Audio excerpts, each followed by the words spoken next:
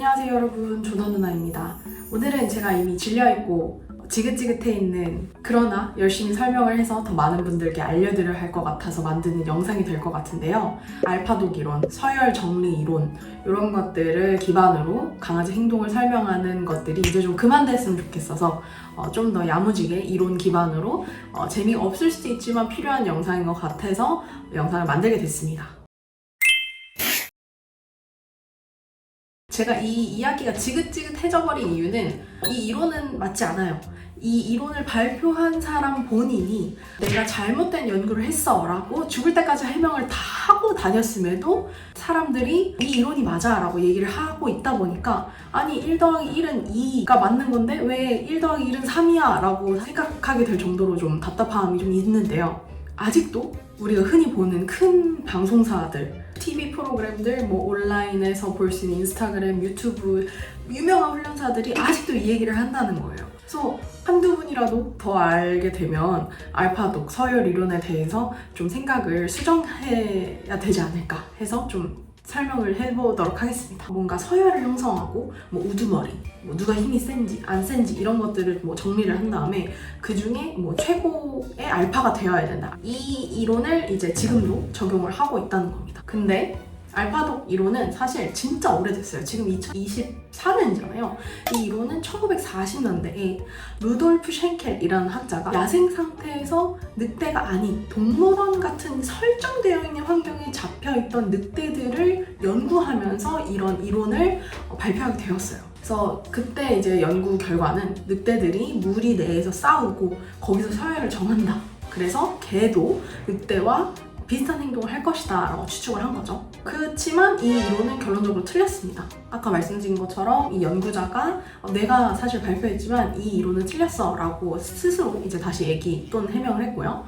이것이 틀린 대표적인 이유는 야생에서 자연스럽게 관찰할 수 있는 늑대 무리가 아니었고 특정 설정된 동물원 내에서 특정 개체수에 관련해서만 연구를 했기 때문에 굉장히 제한적이고 오리가 굉장히 많죠. 그래서 생각해보면 낯선 아이들끼리 한 군데에 모아놓고 그냥 살아봐 하면은 그거에 대한 스트레스가 더 클 수도 있겠죠. 그래서 뭔가 늑대라서 서열 정리를 한다라고 얘기하기에는 굉장히 무리수가 있었고, 두 번째, 늑대는 가족 단위로 생활을 한단 말이죠. 그래서 싸우는 것보다는 협력 이런 것들을 되게 중요시하는 것이 있기 때문에 누가 더 세고 누가 더 안 세고 이런 거를 통해서 그 무리가 유지되지는 않습니다. 그 다음으로는 늑대가 개의 조상이다 라고 이제 흔히들 알고 계시지만 엄연히 다른 동물 두 부류고요.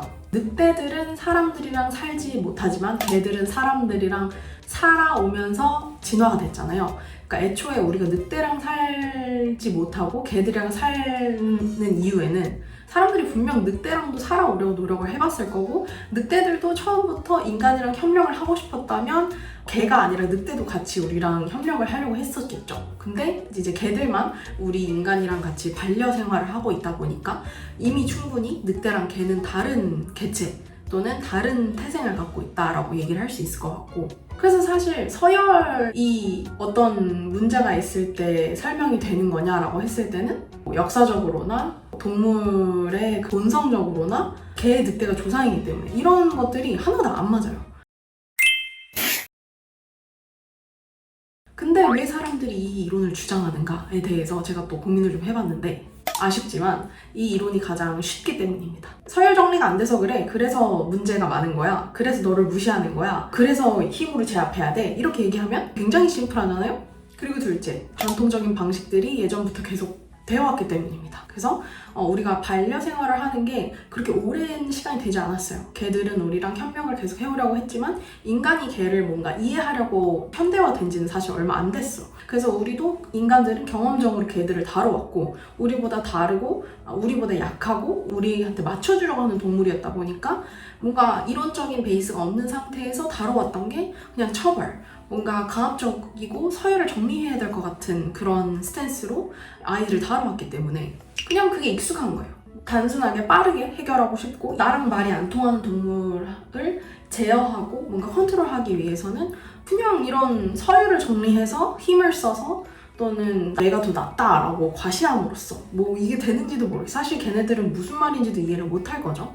그러니까 이런 식으로 좀 해왔던 전통적인 방식이 있는 것 같고, 셋째, 제가 제일 안타깝다고 생각을 하는 거, 아직도 이 서열 이론이 맞다라고 주장하는 훈련사들이 인스타그램이나 유튜브를 굉장히 열심히 합니다. 이거는 사실 되게 위험한 발언인데요.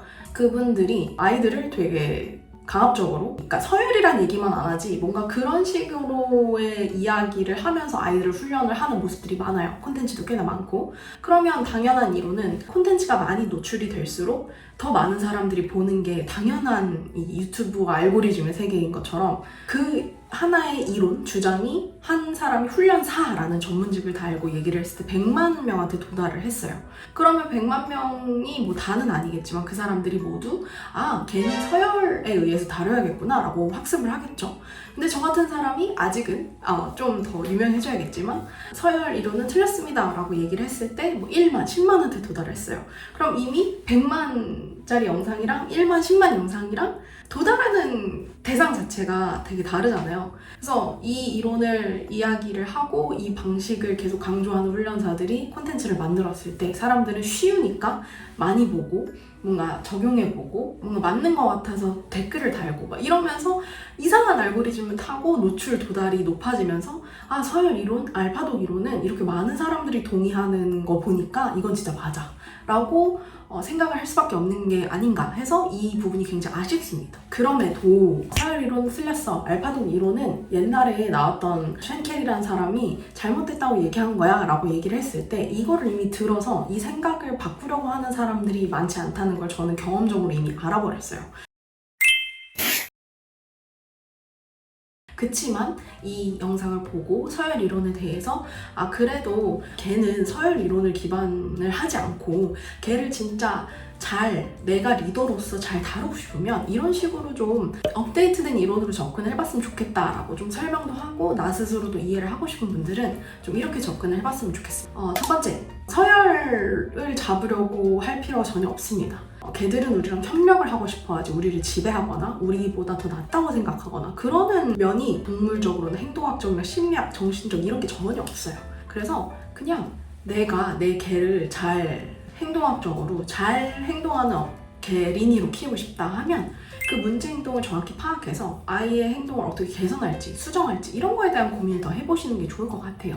그래서 뭐 칭찬을 많이 해줘라, 혼내지 말아라 이런 기본적인 얘기들은 사실 제 영상들을 보면 보실수록 어떤 얘기를 하고 싶은지 더 파악이 되실 텐데, 일단 심플하게는 서열 정리를 하는 거를 할 필요가 전혀 없다. 그래서 서열 정리에서 얘기를 하는 뭐 혼내라, 뭐 어렸을 때 기강을 잡아라 뭐 이런 거 전혀 통하지 않습니다. 그게 만약에 통한다면 아주 일시적일 뿐이고 부작용이 더 심한 방법일 뿐이지 그 방법으로 계속했을 때 정말 효과적이었다라고 하는 분은 댓글을 남겨주십시오. 계속 아이를 체벌하고 계속 서열 정리를 해서 애를 건강하고 행복한 개로 키울 수 있다? 굉장히 무리수가 있겠죠. 두 번째로는 비슷한 맥락인데, 그래서 강압적일 필요가 전혀 없다는 겁니다. 그래서 아이가 어떻게 생각하고 어떻게 행동하는지 이걸 파악해서 걔한테 맞게 우리가 인간이 어떤 행동을 수정할 수 있고 어떤 걸 보완할 수 있을지 이런 요인들을 고민하는 게 낫지 스트레스를 더 강압적으로 줄 필요가 전혀 없다는 거예요.